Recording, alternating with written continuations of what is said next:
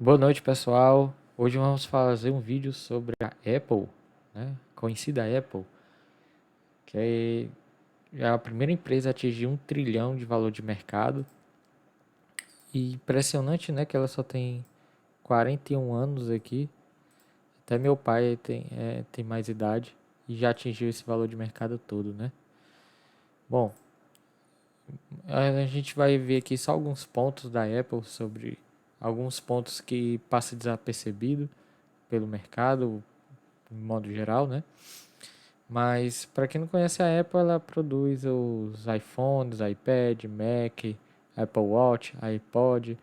Engraçado, o iPod em pouco tempo ele já vendeu mais que a receita da Netflix, Spotify, entre outros, né? Bom, mas não é sobre ele que a gente vai falar aqui, né? Vamos ver aqui o retorno absurdo, né, que a Apple deu durante todo esse tempo, nos 41 anos de existência, né? Igual um retorno de 19% ao ano, deu mais de 125.000%, né? Então, assim, é um case de sucesso, unânime, né? Bom, vamos ver aqui os resultados da Apple, né? A gente pode ver que as receitas são crescentes, todo tempo crescendo, crescendo. Teve uma crise aqui, ou uma redução aqui em 95 só, mas depois foi só pancada em cima de pancada, né? E você pode ver que o EBITDA, né, que é a geração de caixa da empresa também é bastante robusta, tipo, ela fatura 378 bilhões e tem um EBITDA de 130, né? Então é quase 50% aí. O EBIT também e o lucro líquido, né? O lucro líquido também é muito próximo aqui do EBIT. Então, assim, é um resultado bem simples de analisar. Basicamente, é só as taxas e tal. E, e a geração de caixa aqui é muito parecida com o do lucro líquido. Vocês podem ver que é muito próximo, né? Entre o lucro líquido e a geração de caixa, né? Então, ela não tem muita complicação contábil, né? Agora, uma coisa interessante que você pode ver aqui no site do Fundamentei, que ela tem 122 bilhões de dívida, né? E 63 bilhões de caixa. Isso diria que ela tem uma dívida líquida, né? Entre a diferença entre os dois. Deixa eu ver aqui, 122 menos 63. Digamos que ela tem 59 bilhões de dívida. Só que isso não é verdade, né? Por que que não é verdade? Porque vamos olhar aqui o resultado dela. Ah, por que que isso não é verdade? Olhando bem aqui no balanço. Bora aqui o balanço. Bom, se a gente olhar bem aqui o balanço, a gente pode ver que ela tem esse caixa aqui de 34 bilhões, tem esse market security, que é como se fosse aplicações financeiras, perdoe o sotaque. Só que, se vocês virem aqui, esses 34 mais os 27 dá mais ou menos esses 63 que tem lá no site do Fundamentei, né? Dá mais ou menos os 63. Só que nos Fundamentei e outros sites também, eles não consideram o que eles têm de aplicação financeira a longo prazo. Então ela tem mais 127 bilhões no longo prazo, né? E isso influencia muito, assim, são aplicações que vencem depois de 12 meses, mas são aplicações financeiras. Então eu fiz aqui uma adaptação aqui do caixa dela, né? Então ela tem 34 bilhões no curto prazo, tem aqui os 27 no curto prazo de aplicações financeiras, no longo prazo ela tem esses 127 bilhões. Então no total ela tem 190 bilhões de caixa. E somando os débitos, aqui os débitos que ela tem no curto prazo e no longo prazo, ela tem 118 bilhões. Então, no final, ela ainda tem de caixa 71 bilhões sobrando de caixa líquida. Então, ela tem mais caixa do que dívida, né? Então, se você, um desavisado, né, olhar só aqui no Fundamentei ou qualquer outro site, vai achar que ela tem mais dívida do que caixa, né? Isso é um detalhe importante. Aqui uma coisa que eu passei, né? A receita da Apple está muito concentrada no iPhone, né? Muito concentrado no iPhone. Então, 60% da receita é o iPhone, para ver a importância desse produto. Por isso que toda vez que tem conversão, que vai apresentar um novo iPhone, o mercado fica ouriçado, né? Para saber se realmente vai ser um lançamento que vai dar bons frutos. Só que tem um destaque aqui, primeiro na parte de serviços e segundo na parte de outros produtos, né? Os acessórios. O outro serviços aqui, essa apresentação que se eu não me engano é 2020. 2020 ou 2019? É 2019. Então a parte de serviços hoje já faz parte de 18% do resultado. E vem crescendo muito, né? Que são a questão do Apple Music, Apple TV, Apple Pay, Apple Care, outros serviços que são agregadores de quem tem produto de iPhone. E esses outros produtos são os iPods, são aqueles cabos, mouse, são outros serviços também agregados para quem tem os produtos da marca. E a gente vai ver aqui a margem bruta, né?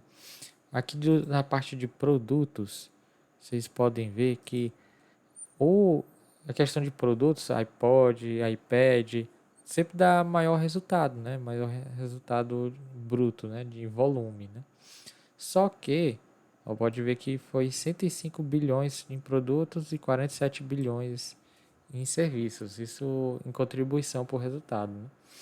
Só que quando a gente vai ver aqui a margem, a parte de serviço tem uma margem bem maior do que, praticamente o dobro do que o dos produtos. Então, a Apple, ela não vende só os produtos, né? Os serviços dela, que ela agrega a quem é cliente dela, gera muito mais renda para ela, né? Então, ela é uma parte assim estratégica da empresa. A empresa não só fatura com os produtos, mas também com os serviços. Isso faz com que ela tenha uma margem muito alta, né? Bom, vamos ver aqui outra coisa da Apple, como é que eu não passei.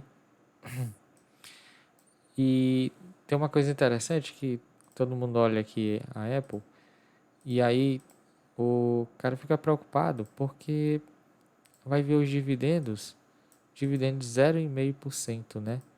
0,5% ao ano, muito pouquinho, né? Mas ele não vê que, por exemplo, aqui ela distribuía R$ 1,58, né? Hoje está distribuindo R$ 6, né, por ação. Então, assim, multiplicou por 6 vezes só o dividendo distribuído, né? Então, assim, ele tem um crescimento dos dividendos, tá? Então, não se engane só pelo dividend yield. E tem outra coisa, né? A Apple está distribuindo só 15% do resultado, né? 20, 15%. Então, assim, ainda está muito pouco em relação ao que ela pode distribuir. Só que tem um detalhe também. E aí muita gente passa desapercebida. Ela está recomprando muito, né? O que que acontece? Ela recomprou aqui 81 bilhões de reais e distribuiu 14. Então, bora ver aqui. 81 bilhões mais 14.586. Então, assim, ela devolveu, digamos assim, ela distribuiu aos acionistas, é como se ela tivesse distribuído 96 bilhões, né? E o lucro líquido dela foi de 100, né? Foi de 100 bilhões. Então, bora ver aqui.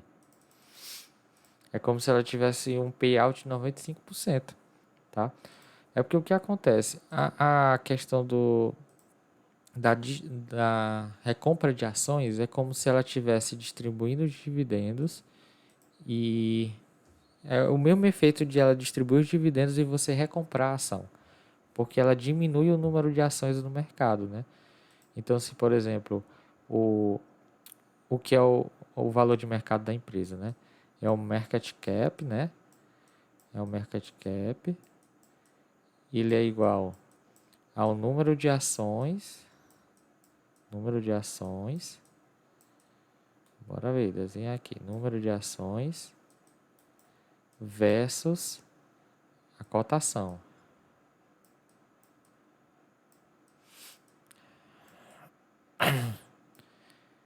Cotação, tá certo?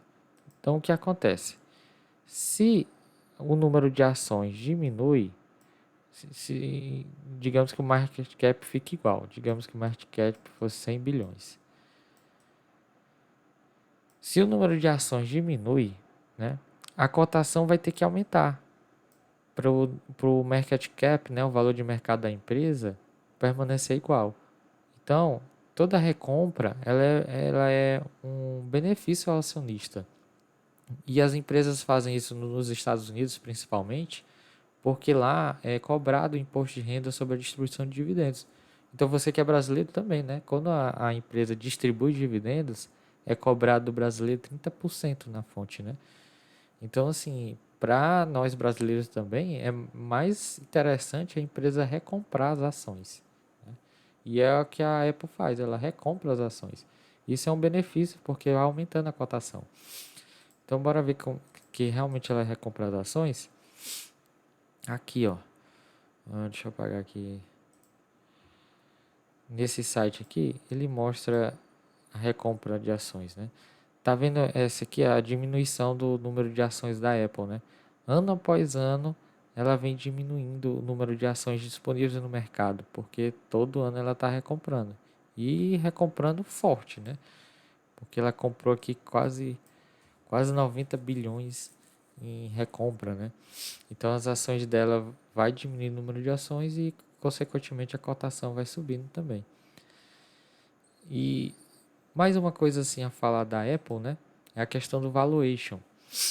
Questão assim de se você vê realmente assim no setor dela, no setor dela mesmo, você tem poucas empresas assim conhecidas, né? A gente tem a Sony, tem a LG, a Sonos e tal, a iRobot também, GoPro também conhecida, Universal Electronics, mas assim a diferença é enorme, né? De valor de mercado aqui entre uma e outra, né?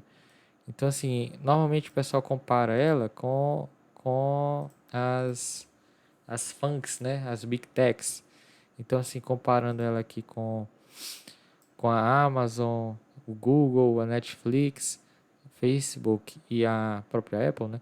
Você pode ver que ela tem o menor preço sobre lucro. Eu não gosto muito desse indicador, mas ele serve como referência para ver o que o mercado está precificando as ações, né?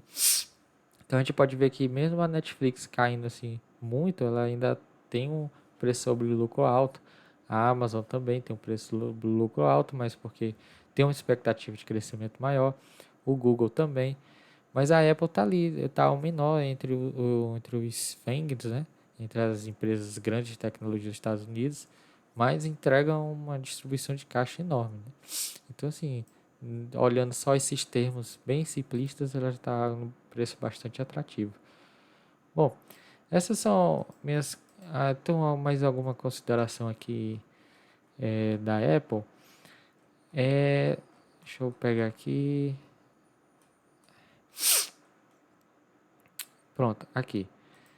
A gente pode perceber aqui que as vendas, né? O que ela gasta sobre vendas, despesas administrativas é muito pequeno, né? 6% em relação à receita, né? Então, é para ver quão a vantagem competitiva dela é tão forte, né? Ela não precisa gastar muito em marketing para vender. Aqui também o crescimento das vendas, principalmente no ano 2021, né? E muito por conta aí da pandemia, houve um benefício para ela nesse sentido. E a gente pode ver que cresceu em todo canto, né? Em todo canto do mundo. Principalmente aqui na China, né? Na China houve um crescimento de 70%. Mas a gente pode ver que as Américas ainda é o principal mercado da Apple.